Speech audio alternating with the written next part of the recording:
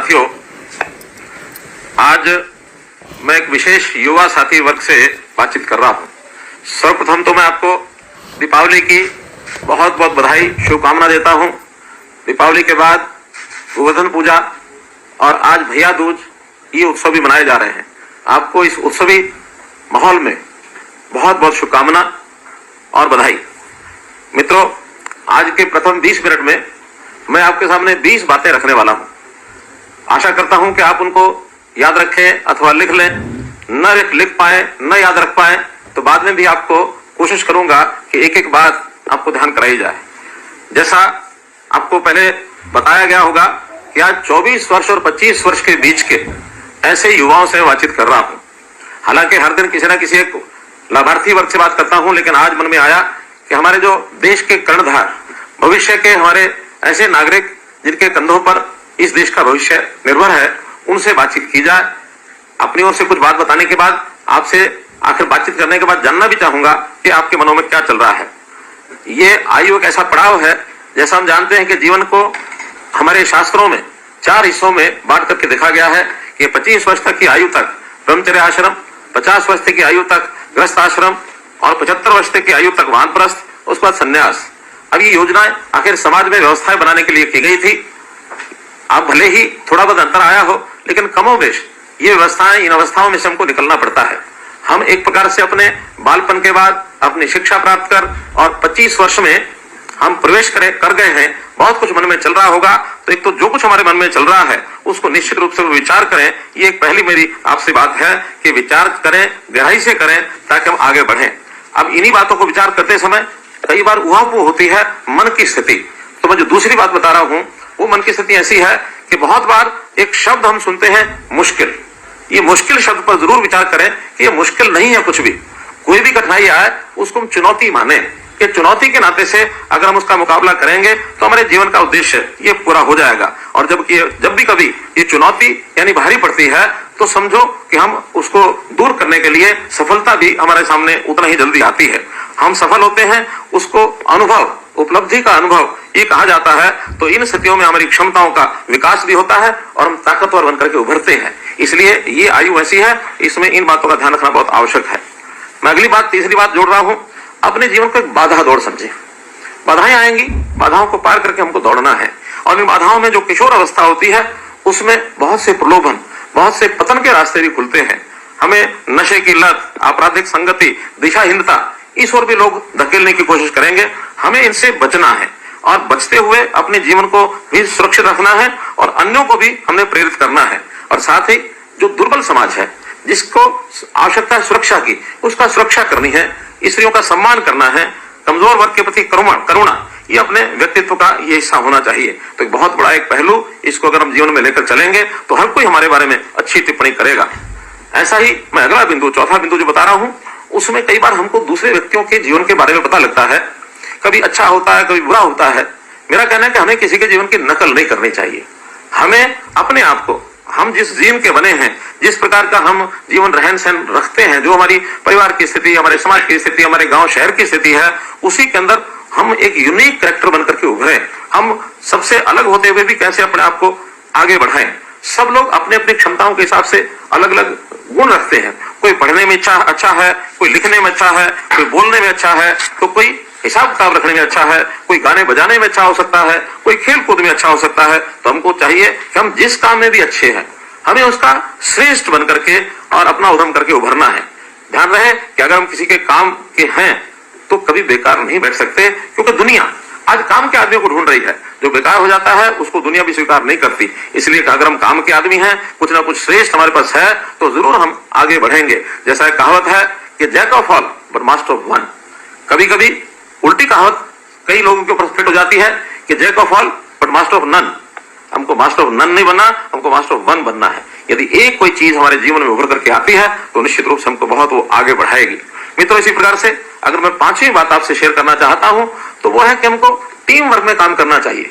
कई बार अकेले आदमी बहुत कुछ कर सकता है, लेकिन दूसरों को साथ न ले जाने के कारण से जीवन में पीछे रह जाता है। हम अपने स्किल का पूर्ण लाभ तभी ले पाएंगे कि टीम के साथ मिलकर के हम काम करेंगे। मुझे याद है हम छोटे होते थे, एक खेल खेलते थे। कभी भी कोई कठिनाई काम अगर आती थी तो मिलकर के जब करते थे तो एक नारा लगाते थे नारा होता था, क्या 9 मत का 1 मत होगा? 9 लोग मिलकर के बड़े से पत्थर को, बड़े से पहाड़ को उठाने की भी क्षमता रखते हैं, एक एक नहीं उठा सकते, 9 लोग मिलकर के उसको उठा के और ऊपर खा लेते थे। हमने कई बार बड़े बड़े काम करते हुए मजदूरों को देखा होगा, मजदूर मिल करके जोर लगाते हैं, नारा लगाते हैं, जोर लगाओ वहीं शाह, ताकि वो बड़े से बड़ा पत्थर, बड़े से बड़ा भारी वजन का कोई गाटर, ये सब उठा करके कहीं से कहीं लुटा के ले जाते हैं। तो इसलिए टीम का अपना एक महत्व होता है, तो अपने टीम के साथ चलेंगे तो जीवन में निश्चित रूप से हमको सफलता मिलेगी। मेरी ओर से आपके सामने रखने वाला जो छठा बिंदु है वो है कि हमारी सोच ये सकारात्मक होनी चाहिए, दिल में उमंग होनी चाहिए, मन में हमेशा उत्साह रहना चाहिए, निराशा कभी हमारे नजदीक न लगे। हो सकता है कभी कभी अपने काम में हमको वो सफलता नहीं मिल रही जो हम चाहते हैं, फिर भी निराशा को नजदीक न लगने दें। हम हरियाणा के लोग हैं, आखिर तो गीता की धरती है, भगवान कृष्ण का उपदेश है, तो गीता में हमेशा निराशा को दूर रखा गया है, आशावादी बनकर के हम जीते हैं। और गीता का तो संदेश है, जो हुआ सो अच्छा हुआ, जो हो रहा है सो अच्छा हो रहा है, जो होगा सो अच्छा होगा। हाँ, कर्म की शर्त जरूर लगाई गई है, कर्म करना नहीं छोड़ना है, लेकिन निराश नहीं होना है। एक बहुत साधारण कहावत हरियाणा में बोली जाती है, क्या कि रोते हुए जाओगे मरे की खबर लाओगे। अर्थात कोई अस्पताल जा रहा है, किसी व्यक्ति को पूछने के लिए जा रहा है, रास्ते में कोई व्यक्ति मिल गया कि कहां जा रहे हो, अस्पताल जा रहे हैं, लेकिन चेहरा उतरा हुआ था, तो उस व्यक्ति ने कहा थोड़ा सा प्रसन्न होकर जाओ, वरना रोते हुए जाओगे तो मरे की खबर लाओगे। तो ऐसा उत्साह देने के लिए भी ये कहावतें बनी हैं। हमेशा हम जो भी कुछ करना चाहते हैं, अच्छा ही कर रहे हैं, अच्छा करने की ललक से हम काम कर रहे हैं, तो सकारात्मक सोच ही हमारी होनी चाहिए। और सकारात्मक सोच के लिए जरूरी है कि नित्य व्यायाम करें, योग करें, अपनी आदतें ठीक रखें, नई नई चीजों को भी सीखें, नई नई जगहों की यात्रा करें और इसी प्रकार से नए लोगों को भी मिलें। नित्य नए अनुभव से हमारा स्वयं में विश्वास मजबूत होगा और हम अपनी चुनौतियों से ये मुकाबला कर पाएंगे। तो ये 7वां बिंदु भी हमारे लिए उतना ही महत्वपूर्ण है जितना हम अपने मन को स्थिर रखने के लिए मजबूती से काम करेंगे तो हमेशा हमें प्रसन्नता ही देगी।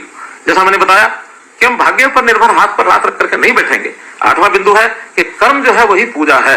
गीता में लिखा है, 2 अध्याय 47वां श्लोक, क्या कर्मण्येवाधिकारस्ते मा फलेषु कदाचन। हम कर्म करने का हमको अधिकार है, कर्म करेंगे, लेकिन फल की चिंता नहीं करेंगे। फल ऐसा नहीं कि मिलता नहीं है, कर्म का फल मिलता है, लेकिन उसके लिए हम बिना ही काम किए या काम करने के बाद तुरंत उसकी चिंता करें कि फल कब मिलेगा, कब मिलेगा। निश्चित रूप से जो हमने कर्म किया है उसका फल समय पर अपने आप मिलेगा, ऐसा मेरा मानना है। मेरी ओर से 9वां बिंदु जो मैं आपके सामने रख रहा हूं वो यह है कि आखिर सरकार जनहित के बहुत कार्य करती है, युवा वर्ग के लिए भी कार्य करती है, तो निश्चित रूप से आप सरकार की नीतियां और कार्यक्रम उनकी भी जानकारी रखें और ये जानकारी का सदुपयोग आपको अपने लिए भी करना है, परिवार के लिए भी करना है, समाज के लिए भी करना है और राष्ट्र को आगे बढ़ाना है। प्रजातंत्र में विरोधियों का काम हमेशा आलोचना करना होता है। अखबारों के अंदर सरकार की आलोचना करना ये कुछ लोगों का अपना ही काम हो सकता है, लेकिन कभी किसी के ऊपर आलोचना का भरोसा किए बिना स्वयं को आजमाएं। कोई भी बात आप सुनते हैं तो उसको स्वयं आजमा कर देखें। अगर कोई चीज ठीक नहीं है तो हमें बताएं, चीज अच्छी है तो लोगों को बताएं। और मैं आपको विश्वास दिलाता हूं कि अगर कोई ऐसी बात हमको ध्यान कराएंगे कि जो ठीक नहीं लग रही है, उसको हम निश्चित रूप से समाज के हित में, प्रदेश के हित में, आप सबके हित में उसको हम ठीक करेंगे। मैं तो आपको आह्वान करता हूं कि हम सब मिलजुल करके प्रदेश को आगे ले जा सकते हैं, जहां सबके लिए सुख का रास्ता, आय है, रोजगार है, अथवा उसका शरीर, स्वास्थ्य, शिक्षा, स्वावलंबन, इन सब की चिंता हम लोग मिलकर के करेंगे। आपका हमको साथ चाहिए। 10वां बिंदु मित्रों, सोशल मीडिया। सोशल मीडिया हर तरह के लोग हैं। अब वो सोशल मीडिया हमारे लिए आजकल एक ज्ञान वृद्धि का साधन भी बन सकता है, सोशल मीडिया हमारे व्यवसाय का भी साधन बन सकता है। लेकिन सोशल मीडिया पर कुछ शरारती लोग अफरा तफरी फैलाने के लिए बहुत कुछ करने लगे हैं, उनके बहकावे से भी हमको बचना है। टेक्नोलॉजी हमारे लिए वरदान बन जाए, अभिशाप नहीं। तो इस नाते से हम क्या सुनना है, कैसा उपयोग करना है, इसका जरूर ध्यान रखें। कई गवैये गीत गानों में मार फसाद, नशाखोरी, दादागिरी इसी का गुणगान करते हैं और हमारे लिए कई बार वही बड़ा महत्वपूर्ण हो जाता है कि जैसे शायद हमको उसी की लाइन पर चलना, उसी को नकल करनी है उसकी, तो अपने रास्ते से हमको बिल्कुल भटकना नहीं है। अगला बिंदु यह है कि जैसे मानो टेक्नोलॉजी के नाते से हम सोशल मीडिया देखते हैं अथवा बहुत चीज देखते हैं, तो अश्लीलता भी बहुत उसमें आज परोसी जाती है। तो इस अश्लीलता से भी हमको बचना है। हमको एडिक्शन, किसी चीज का एडिक्शन ना हो जाए। कोई भी चीज हम बार बार देखते हैं, बार बार खोलते हैं, ज्ञानवर्धन के लिए कुछ भी देखें, कुछ भी खोलें, लेकिन किसी चीज का एडिक्शन नहीं होना चाहिए। कई बार गेम्स के एडिक्शन हो जाते हैं, हम कुछ गेम्स देखते हैं, खोलते हैं, उसी पर लगा रहते हैं, अपने काम को भूल जाते हैं। हाँ, कभी कभी अपने थकावट उतारने के लिए, अपना तनाव कम करने के लिए, अगर कोई आपने गेम खेली तो समस्या नहीं, लेकिन किसी गेम को अगर हम उस पर लगातार लगे रहेंगे, अपना समय बर्बाद करेंगे, तो वो भी हमारे जीवन में एक बाधा बनेगी। तो मित्रों, मेरी ओर से जो 12वां बिंदु है वो है कि हम कई बार धन दौलत की दौड़ में, उसकी करेंसी में, उस करेंसी को इकट्ठा करने में लग जाते हैं।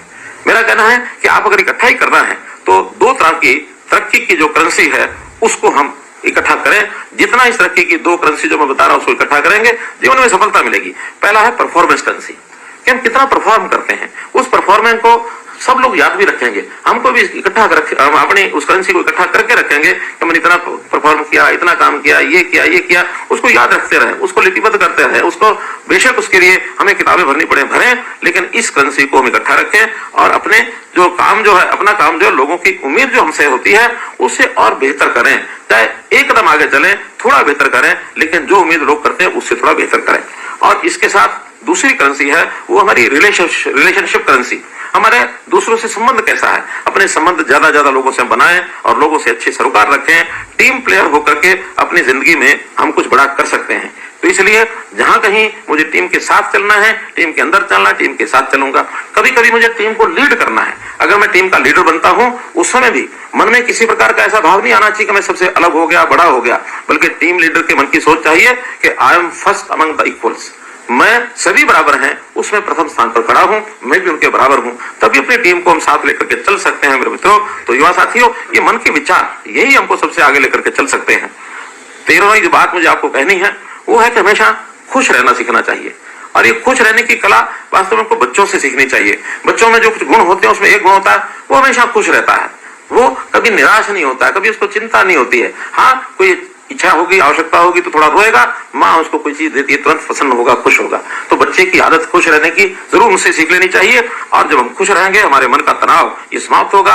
आनंद और उत्साह के साथ हम गर्व की ज्यादा, उदासी, चिंता और गुस्से की अनुभूति कम करेंगे। एक देश ऐसा भी है भूटान, जो हमेशा बहुत तरह के जो इंडेक्स होते हैं, प्राइस इंडेक्स है या कहीं शेयर मार्केट का इंडेक्स है, ऊपर नीचे होता रहता है। भूटान ऐसा देश है जिसने अपने ऐसी विधा निकाली है कि वो हैप्पीनेस का इंडेक्स इसको ही नापता है। तो हैप्पीनेस उनके लोगों में कितनी आई है इसके लिए उन्होंने प्रबंध कर रखा है। तो हमारे यहाँ हैप्पीनेस इंडेक्स ये कैसे बढ़े, ये कम से कम व्यक्तिगत तौर पर हम जरूर अपनी चिंता करें कि हमेशा खुश रहने का, और ये हमारे मन में एक विचार आना चाहिए।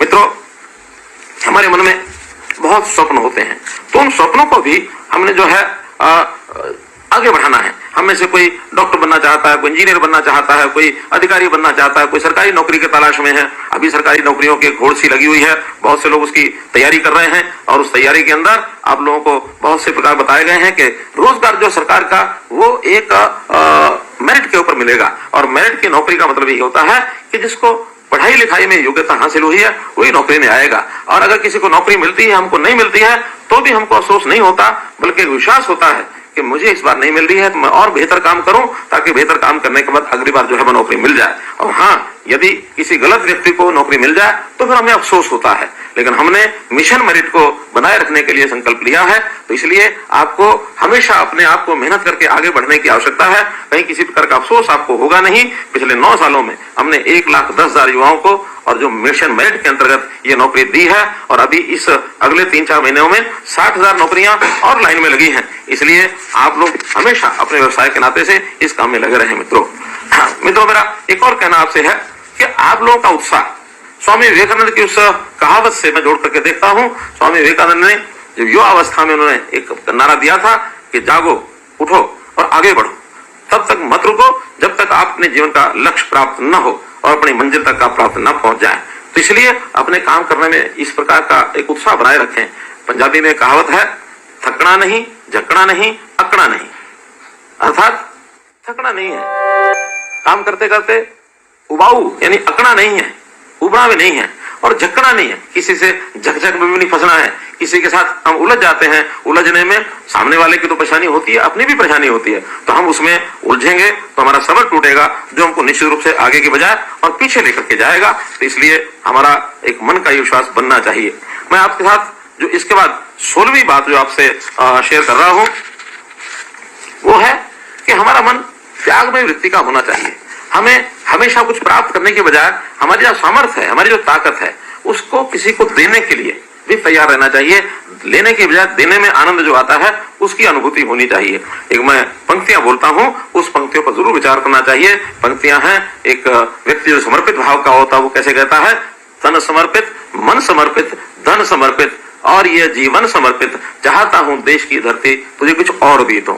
तो इस एक समर्पण के भाव को भी अगर हम लेके चलेंगे तो युवा अवस्था में जिधर अपने आप को जोड़ लेंगे वो दिशा हमारी एक ऐसी दिशा बनेगी जो जीवन में हमेशा हमेशा आनंद देगी।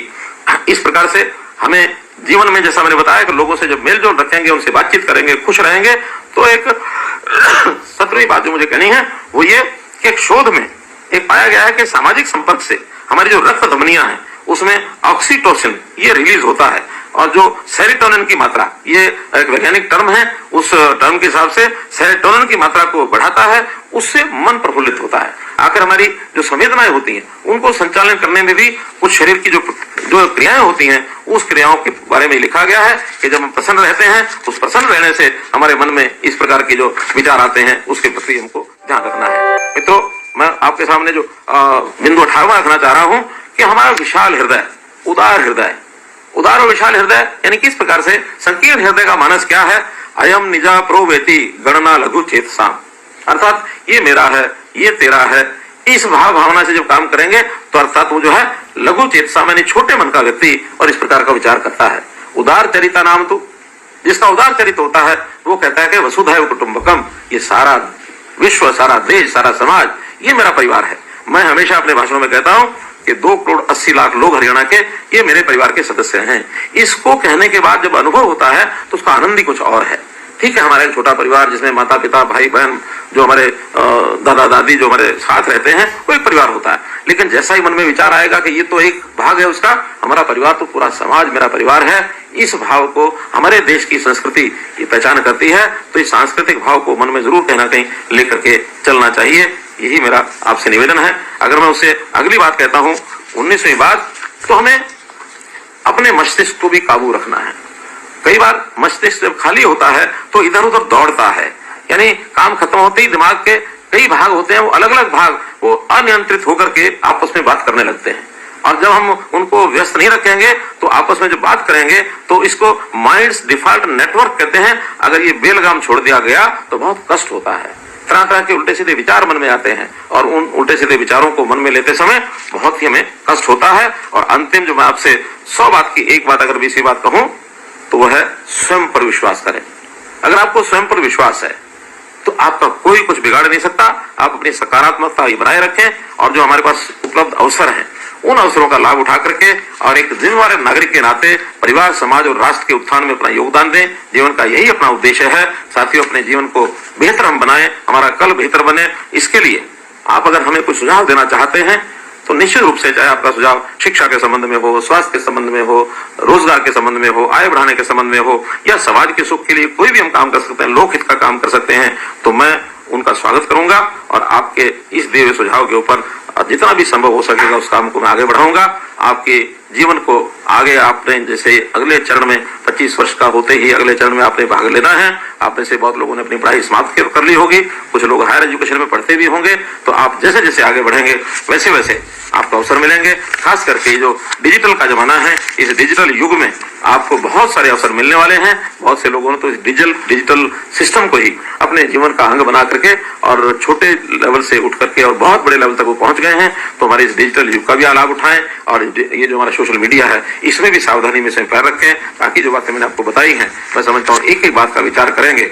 निश्चित रूप से जीवन, मुझे तो अपना ध्यान में है कि जब 24 वर्ष 25 वर्ष की मेरी आयु थी और ये सन 1978-79 की बात है, जीवन के पड़ाव के ऊपर बहुत परिवर्तन उस समय आए, बहुत से नए फैसले लिए और आज आपके सामने मैं इस रूप में आपके सामने अगर बैठा हूं तो ये सोच, ये दिमाग में बातें उसी समय आई थी जिसके कारण से आज यहाँ बैठा हूं। आपने मेरी बात सुनी, आपका बहुत बहुत धन्यवाद।